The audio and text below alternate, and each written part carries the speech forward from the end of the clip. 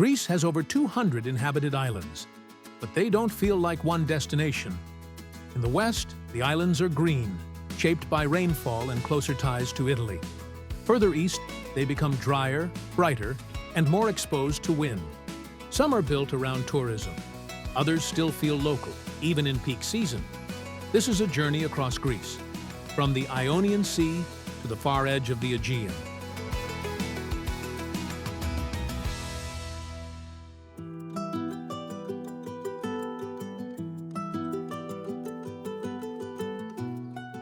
Corfu town doesn't feel like typical Greece. The buildings are taller, the streets are tighter, and the layout feels intentional, almost like it was designed to slow you down. These narrow alleys, known as Kantounia, weren't just built for shade. They were built to control movement. Corfu Old Town is a UNESCO World Heritage Site, mainly because of how it was designed. This wasn't just a town, it was a defensive system. In the 1500s, during repeated Ottoman attacks, the layout was designed to slow everything down. Tight streets, no clear paths, and constant turns. If you didn't know the city, you were at a disadvantage.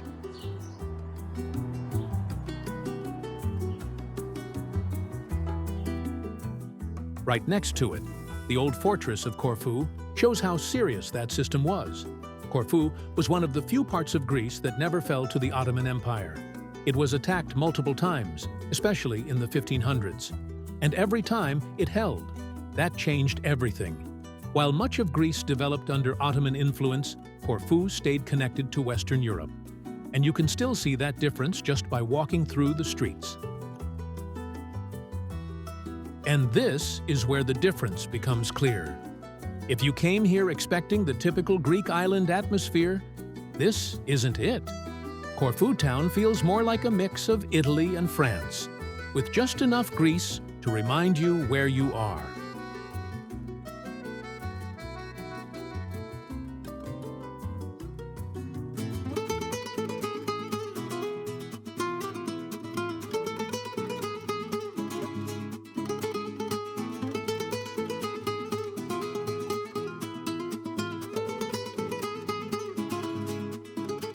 The north of Corfu is where the island starts to feel less like a resort and more like terrain. The coastline becomes irregular. Cliffs replace flat beaches, and the water gets deeper and darker. Paleokastritsa is often the first stop. It's a combination of small coves, steep hills, and clear water that changes color depending on the light. This area has been inhabited for centuries. The monastery of Paleokastritsa overlooks the bays. And from here, you can see how isolated each section of coastline really is. Down by the water, Paleokastritsa feels more like a small resort town. There are several beaches tucked between the hills, with clear, deep water and small harbors connecting them. Most of it is built along the slopes, following the shape of the coastline rather than flattening it. In summer, it gets busy, but even then, it still feels defined by the landscape around it, not the other way around. It's one of the few places on the island where tourism and terrain sit this close together.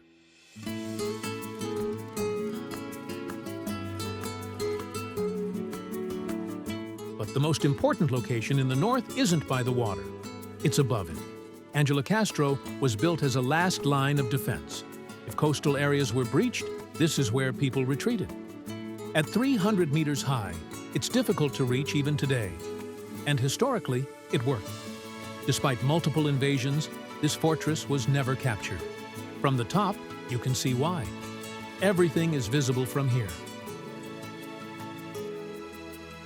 During the Ottoman attacks, this is where people retreated when the coast was no longer safe.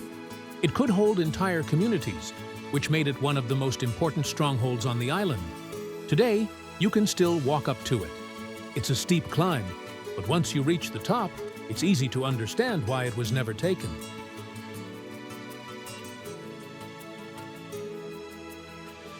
On the west coast, Corfu changes. The coastline becomes wider, the horizon stretches further out, and the beaches are easier to access. Lefkada Beach is one of the best examples of that. It's a long, sandy beach, which already makes it different from many of the rocky spots on the island. The sand here is soft and fine, and the seabed stays shallow for a while, making it easier to walk into the water. Compared to the north, it feels more open and less enclosed. It's also one of the more accessible beaches. You can drive almost all the way down, which makes it popular, especially in peak season. In summer, it does get crowded, but because of the size, it rarely feels completely packed. You can usually walk a bit further and find space. And with the west-facing position, this is also one of the better spots for sunset. Just above this area, there's a viewpoint called Kaiser's Throne.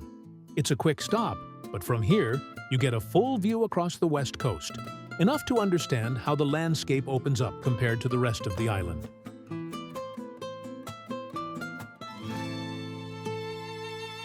The northeast side of Corfu feels more hidden, less built up, less crowded. Eremitas is one of the last undeveloped coastal areas on the island. There are no large resorts here, no major infrastructure. Within this area, Akoli Beach stands out. It's a small, more secluded beach, surrounded by greenery and with clearer, calmer water compared to the more exposed west coast. Getting here takes a bit more effort. You'll need to follow smaller roads or walk the last part. But that's also why it stays quieter, even in summer.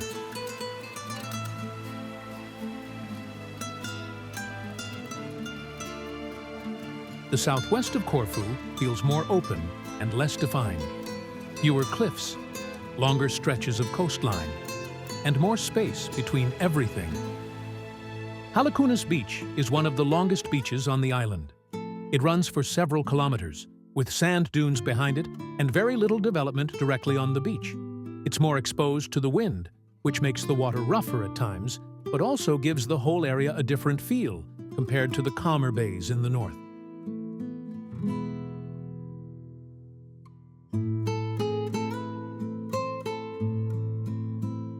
Further along, Agios Georgios Beach follows the same coastline, but with a bit more structure. A few tavernas, some accommodation, and easier access, but it still feels relatively spread out. This part of the island isn't about specific landmarks. It's about scale. Long beaches, open views, and fewer interruptions. And compared to the rest of Corfu, it feels less shaped and more left as it is. South of Corfu, the islands begin to stretch out along the coast. They remain green, but feel less structured. Tourism exists, but it's more spread out, and in some places, easier to avoid. Paxos is one of the smallest Ionian Islands. It's densely covered in olive trees, many of them centuries old, which gives the island a continuous green canopy. There are no airports and limited large-scale infrastructure. That keeps things quiet, but also means fewer options if you're staying longer or without a boat. The coastline is mostly rocky, with small coves rather than long beaches. Just off the coast is Antipaxos, a much smaller island with no real settlements. It's known for Vutumi Beach, where the water is unusually clear and shallow, often compared to the Caribbean.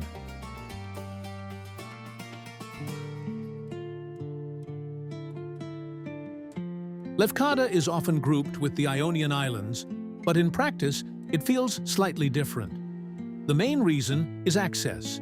It's connected to the mainland by a floating bridge, which means you can drive there without taking a ferry.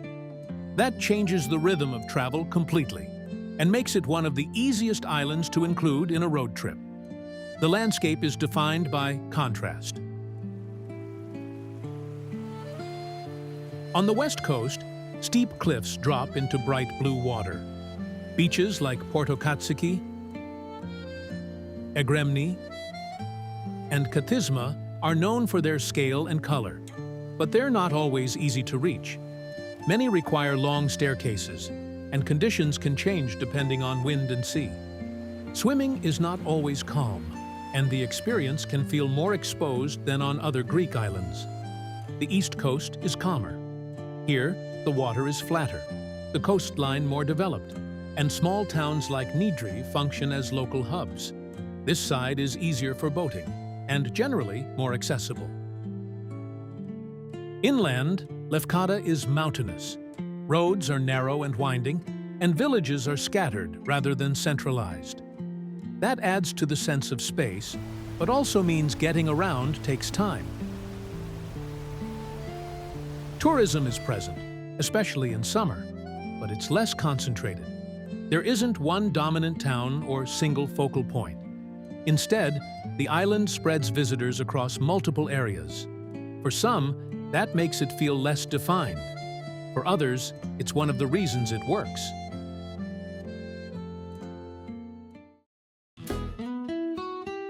Kefalonia is the largest island in the Ionian Sea, marked by earthquakes, Venetian fortresses, and long stretches of coastline that still feel wild. It is not built around nightlife or perfectly curated streets. It is built around geography. Limestone cliffs drop into deep turquoise water. Forested mountains rise unexpectedly high. Roads curve through quiet valleys where you barely see another car. You don't come to Kefalonia for convenience. You come for landscape and that special Greek vibe.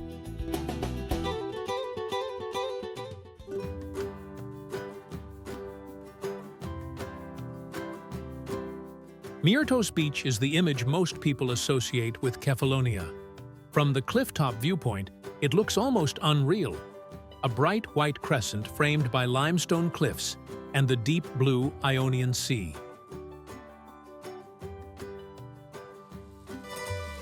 There is no soft sand here. The beach is made of large white pebbles that reflect the light intensely and give the water its electric color. They get hot at midday, and the stones shift underfoot as the seabed drops off quickly. Myrtos sits on the northwest coast, about 30 minutes from Assos. It is reached by car via a steep, winding road off the main west coast route. Just before the descent, the main viewpoint delivers the classic postcard shot. Parking is available both at the bottom of the access road directly behind the beach and at several points along the upper road near the viewpoint. In July and August, the lower lot fills quickly, especially from late morning onward.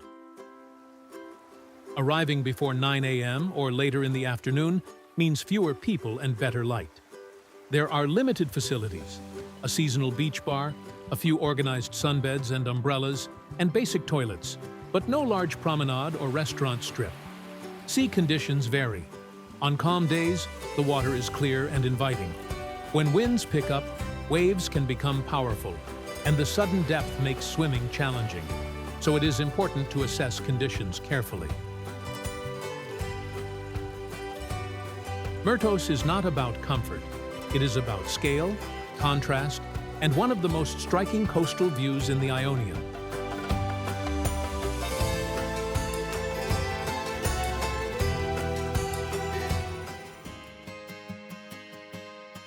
Assos is located on a small peninsula, on Kefalonia's northwest coast. It is reached by a winding mountain road from Myrtos or from Fiskardo in the north. Parking is limited near the village entrance, especially in summer. The village itself is compact, with pastel houses and a small waterfront lined with cafes. Above it sits the Venetian fortress built in the 16th century to protect the island from pirate attacks. The hike to the top is exposed and can be hot in summer, so early morning or late afternoon is best. From the ruins, you see why this location was chosen centuries ago. The coastline unfolds in every direction. Assos feels slightly isolated, separated from the rest of the island by geography.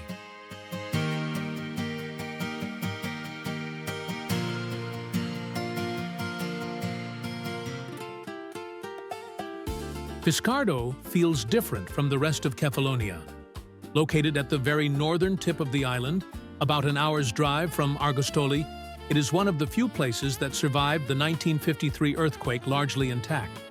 Because of that, it has preserved Venetian architecture that you will not see in most other parts of the island.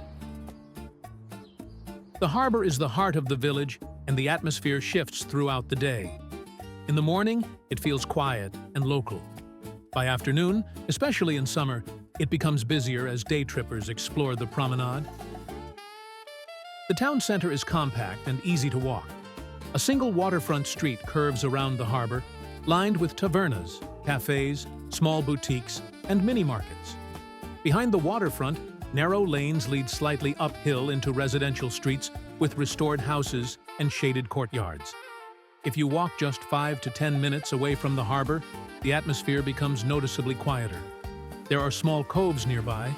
Emblisi Beach is just a short drive from the harbor. Many visitors also rent small boats here to explore the northern coastline and secluded bays. In the evening, the light softens, and the harbor feels elegant without being loud. It is one of the few places on Kefalonia that leans slightly upscale, but it still retains enough character to avoid feeling artificial. Fiskardo is less wild than the west coast and less busy than Argostoli. It is compact, walkable, and visually refined, a place shaped by history, boats, and light.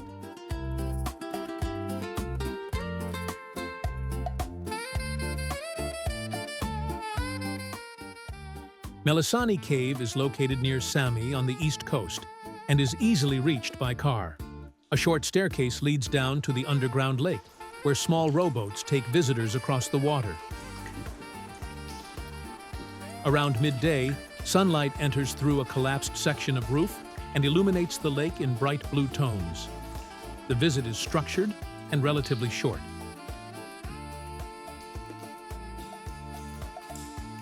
Drogorati Cave is close. You walk down into a massive chamber filled with stalactites. The acoustics are so strong that concerts have been held here.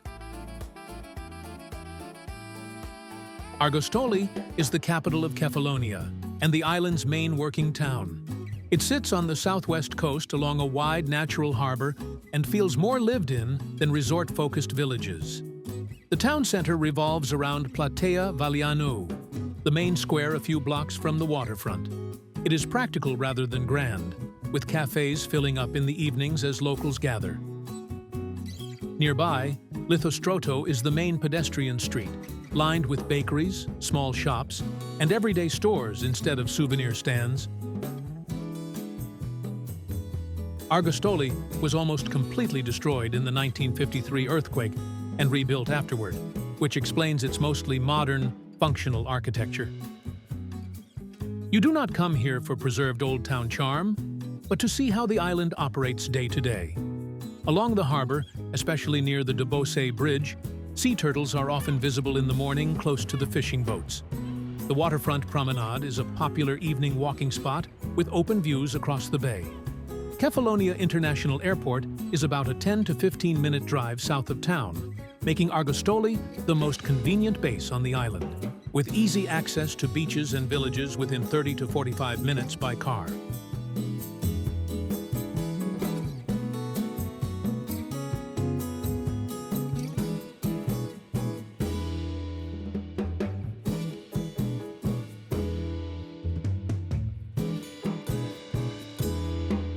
Mount Ainos dominates the southern half of Kefalonia. The drive upward begins near Argostoli, or Sami, and gradually climbs into dense forest. The mountain is protected as a national park and is home to the rare Kefalonian fir tree. At the summit, on clear days, you can see across the Ionian Sea to Zakynthos and even mainland Greece. The temperature is noticeably cooler than at sea level.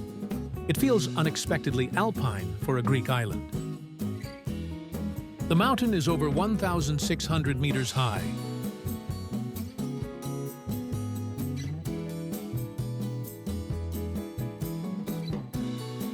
Chai Beach lies on the western Paliki Peninsula, about 40 minutes by car from Argostoli, including the drive around the bay or ferry crossing to Lixouri.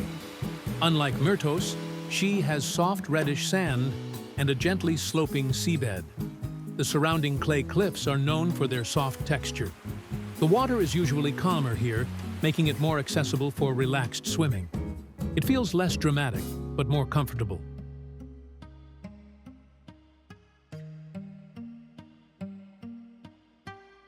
Anti-Samos Beach lies on the east coast, about 10 minutes from Sami and roughly 45 minutes from Argostoli. inside a curved bay surrounded by steep green hills, which gives it a more enclosed and protected feel than Myrtos. The beach is made of white pebbles and coarse stones, not soft sand. The stones are generally smaller and easier to walk on than at Myrtos, but they still get hot in summer. The seabed deepens fairly quickly, though usually not as abruptly. Because the bay is more sheltered, swimming conditions are often calmer than on the exposed west coast. On most days, the water is clear and manageable, making it one of the more comfortable beaches for longer stays. A paved, winding road leads down from Sami to a large parking area directly behind the beach. In peak season, it fills up by late morning. Parts of the shoreline are organized with sunbeds and seasonal beach bars, while other sections remain open. Samos is not hidden or remote, but it balances dramatic scenery with relatively stable swimming conditions.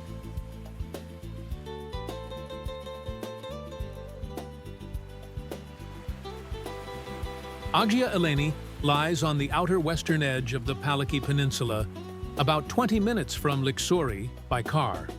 The final stretch involves a bumpy dirt road, so driving carefully is essential. The more difficult access keeps the beach quieter than Myrtos or Shi.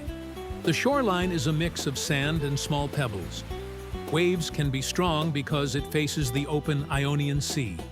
It feels remote, exposed, and far removed from the busier eastern coast.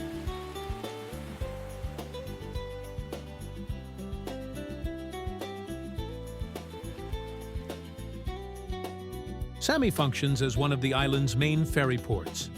It feels practical and open, built around a wide harbor with mountain backdrops.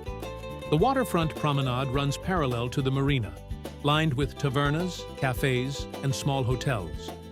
Ferries connect Sami to other Ionian Islands and mainland Greece, which gives the town a steady flow of movement. Because of its location, Sami is close to several key sites. Antipaxos is only a short drive south, and both Melisani Cave and Drogorati Cave sit just inland. That makes Sami one of the most convenient areas for exploring the island's eastern side without long drives. Sami is not dramatic or romantic. It is functional, well-connected, and surrounded by strong natural scenery.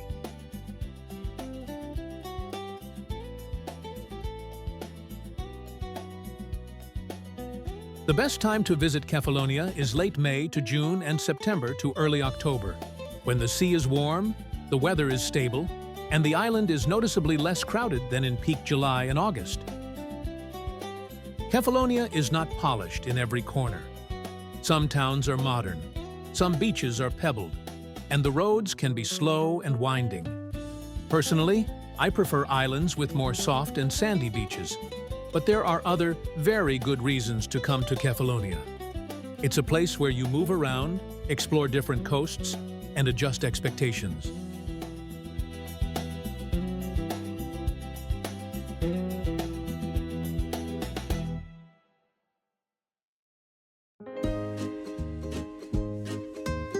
Just across from Kefalonia is Ithaca. It's closely tied to Greek mythology as the home of Odysseus, but the modern island is much quieter than that reputation suggests. There are no large resorts, and development has remained limited. The island is built around small harbors like Vathy, Kioni, and Frikes, where daily life moves slowly and tourism feels secondary. The coastline is broken into smaller bays and inlets, often with very clear water, but fewer large, dramatic beaches compared to Kefalonia. The landscape is hilly rather than mountainous, with narrow roads connecting scattered settlements. Getting around takes time, and public transport is limited. There aren't many major landmarks or must-see locations. For some visitors, that makes the island feel too quiet, especially after a few days. But that's also what defines Ithaca. It's not structured around constant activity. It's an island where the experience is based on staying still, rather than moving from place to place.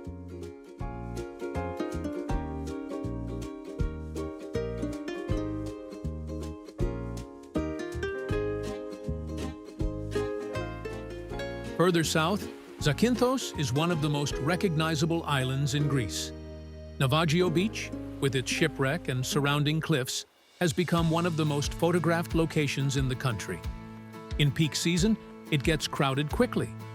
Viewpoints fill up early, and the bay below sees a constant flow of boats. But there are other parts of the island that feel very different. On the southern coast, places like Garacas Beach are known for calmer water and protected areas, including nesting grounds for sea turtles. Access is sometimes restricted to protect the environment, especially during certain times of the day. Nearby, Cameo Island is connected by a narrow wooden bridge. It's a small, private islet, often used for weddings and events, with a more curated, controlled feel compared to the rest of the coastline. Zakynthos town acts as the main hub. It's more functional than picturesque, with a mix of local life, ferries, and everyday activity, rather than postcard views. The biggest contrast on the island is between regions. The southern area around Laganas is built around nightlife and package tourism. Bars, clubs, and large hotels dominate, especially in summer. In contrast, the northern and western parts are quieter. Here you'll find sea caves, rock formations, and clearer water, with fewer large developments. Zakynthos can feel like two different islands depending on where you stay. It's also one of the places where mass tourism is most visible. That brings convenience, but also crowding and a more commercial atmosphere in certain areas.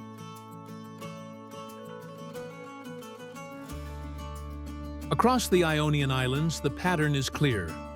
Green landscapes, softer terrain, and a slower visual rhythm. But this is only one side of Greece. As you move into the Aegean, the landscape changes again. The green hills of the west give way to dry terrain, stronger light, and islands shaped more by wind than rain. This is where the image of Greece becomes more familiar. White buildings, narrow streets, and villages built to reflect the sun. Santorini was formed by a volcanic eruption thousands of years ago. What remains is a caldera, with steep cliffs rising directly from the sea and towns built along the edge. Places like Oya and Fira are positioned for views rather than convenience. Narrow paths, layered buildings, and terraces all facing outward. That's what creates the look the island is known for. It also creates pressure. Space is limited, and in peak season, the main towns become crowded, especially in the late afternoon leading into sunset. Cruise ships add to that flow, bringing large numbers of visitors at once. Prices reflect the demand. Accommodation, restaurants, and even basic services are often higher here than on most other Greek islands. There are quieter parts of Santorini. The eastern side of the island, away from the caldera, is flatter and less visited. But it also lacks the dramatic views that draw people in the first place. Because of its volcanic origin, the beaches here are darker, made up of black sand, pebbles, and rock rather than typical Mediterranean sand.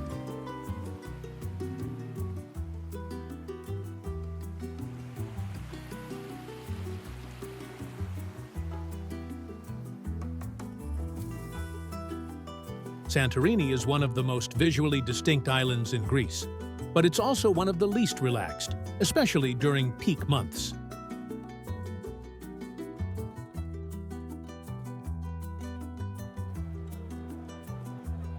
Mykonos has a very different identity. It's one of the main nightlife destinations in Europe, with a focus on beach clubs, events, and a social atmosphere that runs through the entire summer. It's also known for being one of the most gay-friendly destinations in Europe. That openness is part of the island's culture, not just tourism, and has shaped its reputation over time. The main town, Kora, still follows the traditional Cycladic layout. White buildings, narrow streets, and small alleys designed to block the wind. Early in the day, it feels closer to its original character. But as the day progresses, the atmosphere shifts. Crowds build, music becomes more present, and the focus moves toward nightlife.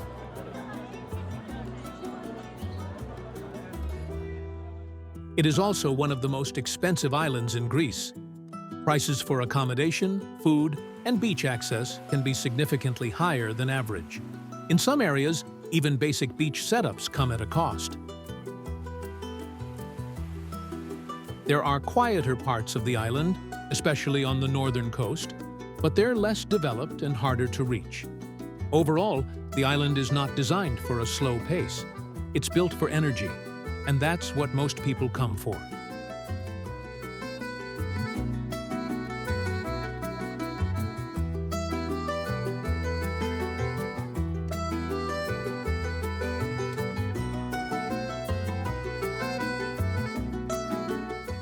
Paros sits between the extremes of Santorini and Mykonos. It has developed quickly, especially in recent years, and that change is visible. Naxos, in particular, has become a focal point, a traditional fishing village that now combines harbor views with restaurants, bars, and a growing nightlife scene. It's more relaxed than Mykonos, but not exactly quiet either. The island is relatively easy to explore. Beaches are spread across different areas, and distances are manageable. Tourism is increasing, and prices are rising along with it. Some parts feel more curated than they did in the past, but overall, Paros still offers a balance between activity and space.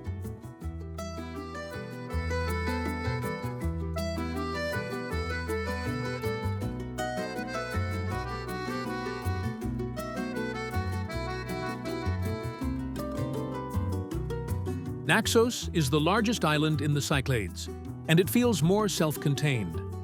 Unlike many others, it has fertile land, which supports agriculture and a stronger local economy. That changes the atmosphere. You'll find mountain villages, farms, and everyday life continuing outside the main tourist areas. The coastline offers long, sandy beaches, especially along the western side. They're easier to access than many of the cliffside beaches found elsewhere. The main town combines a working port with a historic center. The Portara, a large marble gateway from an ancient temple, stands just outside the harbor and is one of the island's main landmarks. Naxos is generally less crowded and more affordable than its neighbors, but it doesn't have the same instantly recognizable image. That's part of why it's often overlooked.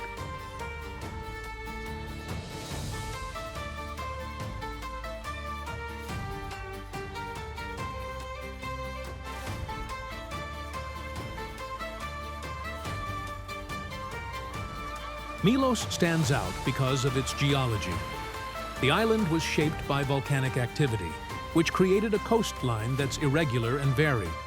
Instead of uniform beaches, you get rock formations, caves, and small inlets spread across different areas. Zakynthos is one of the most well-known spots. Smooth white rock, almost sculpted in appearance, contrasting with the water. Many of the beaches are not easy to reach. Some require driving on dirt roads, others are best accessed by boat.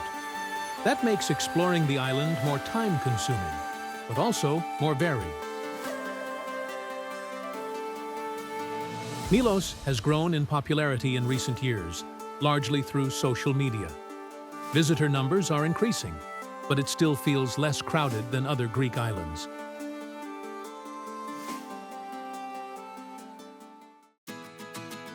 Chios is often associated with nightlife. In summer, the main town becomes active late in the evening, with bars and clubs attracting a younger crowd.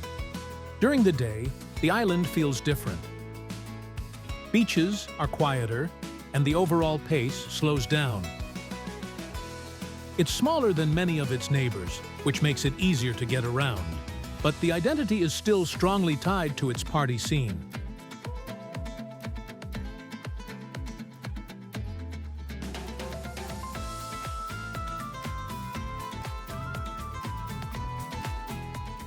Syros stands apart from the typical Cycladic image. The main town, Hermoupoli, developed as an administrative and commercial center. That history shows in the architecture: neoclassical buildings, wider streets, and a layout that feels closer to a mainland city. It's also a year-round island. Tourism exists, but it's not the only driver of activity. That gives the island a more stable, local feel compared to more seasonal destinations. The Cyclades define the image most people associate with Greece. White villages, dry landscapes, and strong contrasts. But they're also the most exposed to tourism. Further east, the pace changes again. The islands become larger, quieter, and more focused on local life. Chios is known for its medieval villages and mastic production. Some villages were built for defense, with narrow, enclosed layouts. Tourism exists, but remains secondary.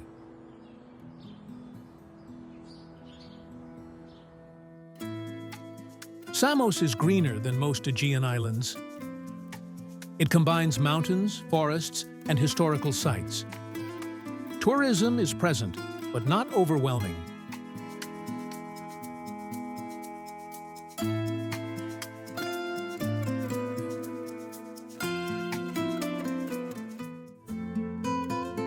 When people think of Greek islands, they imagine white houses, packed sunsets, and beach clubs. But in the northeastern Aegean, close to the Turkish coast, lies something different. Lesbos is one of Greece's largest islands. And yet, it remains one of its least talked about. No cruise ship crowds, no influencer hotspots, just olive groves, mountain roads, traditional villages, and long stretches of quiet coastline. This is a different kind of Greek island.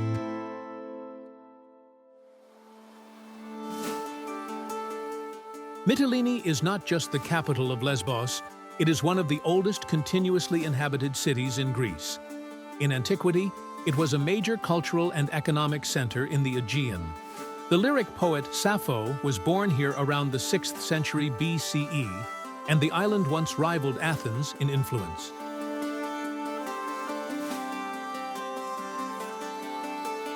Dominating the skyline is the vast castle of Mytilene, expanded by Byzantine emperors, fortified in the 14th century, and later reinforced under Ottoman rule. Down at sea level, the modern city moves at its own rhythm. The harbor cafes fill in the evening, ferries connect the island to the mainland, and daily life unfolds without spectacle. The airport is just 6 kilometers away.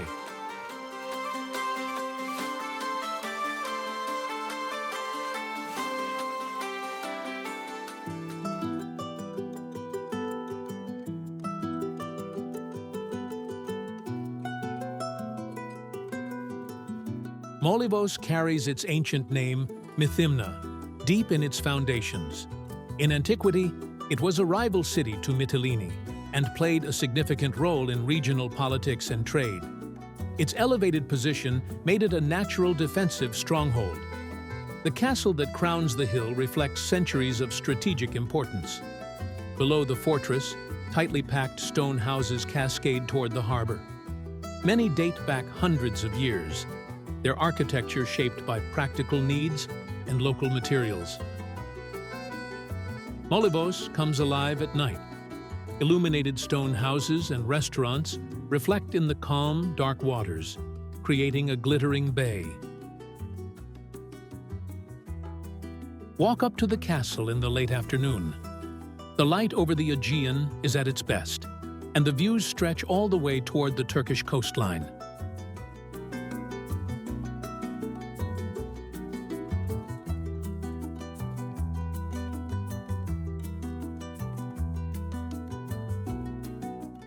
Petra's history is tied closely to the sea. For centuries, it functioned as a modest fishing and trading village. Its location on the northern coast provided access to maritime routes across the Aegean. The giant rock at its center became a spiritual symbol. In the 18th century, the church was constructed at the summit, accessible by a steep staircase carved into stone. From the top, the coastline unfolds in both directions, revealing the geography that made Petra a small but important coastal settlement. Today, Petra combines religious heritage with relaxed beach life, making it one of the island's more balanced destinations.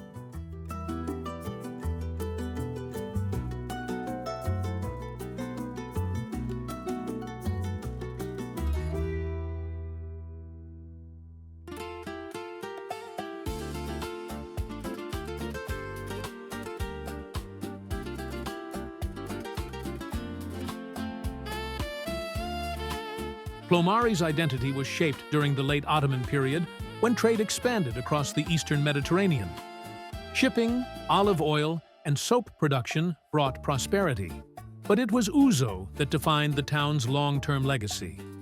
Distillers established brands that gained recognition across Greece and beyond. Today, one of the best things to do in Plomari is visit a working distillery or the ouzo museum, where you can learn about traditional copper stills, the distillation process, and the role of anise in Greek culture. Tastings are usually part of the experience. Beyond ouzo, walk the steep stone streets that connect the upper town with the waterfront. The harbor area is ideal for a relaxed seafood lunch, especially in the late afternoon when the light hits the hillside houses. For swimming, head just outside town to Agios Isidoros Beach, a clear water beach popular with locals. Plomari feels less curated, but that rawness is part of its appeal. It is a place where tradition still shapes everyday life.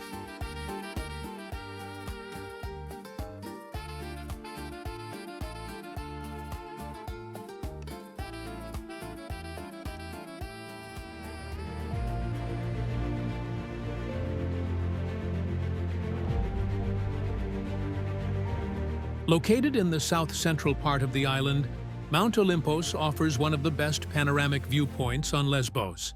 From its slopes, you see how large and varied the island truly is. Fertile eastern hills contrast with the drier western terrain. That western landscape was shaped by volcanic activity millions of years ago, preserving entire trees in what is now the Lesbos Petrified Forest.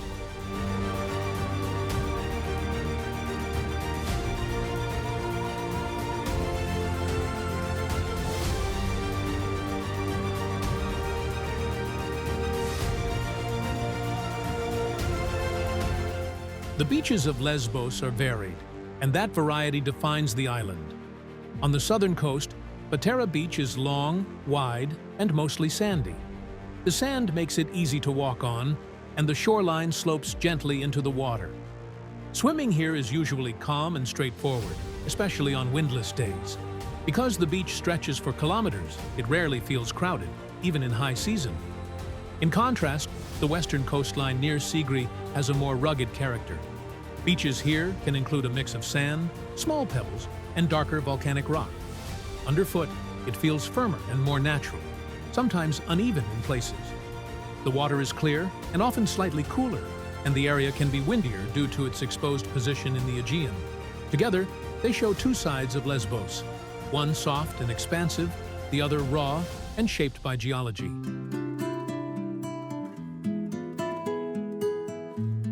The best time to visit Lesbos is from May to October. June and September are often ideal, with warm weather, swimmable seas, and fewer visitors.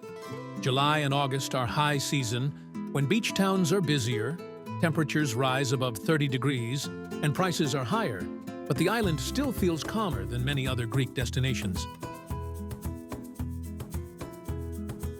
Lesbos does not compete with the famous Greek islands. It does not try to impress with spectacle or nightlife. Instead, it offers something steadier. History that is still visible. Villages that still function as communities. Landscapes that shift from green mountains to volcanic plains. From the castle walls of Mytilene to the heights of Mount Olympos, Lesbos reveals itself slowly. If you are looking for an island that feels grounded, spacious, and authentic, this might be the one.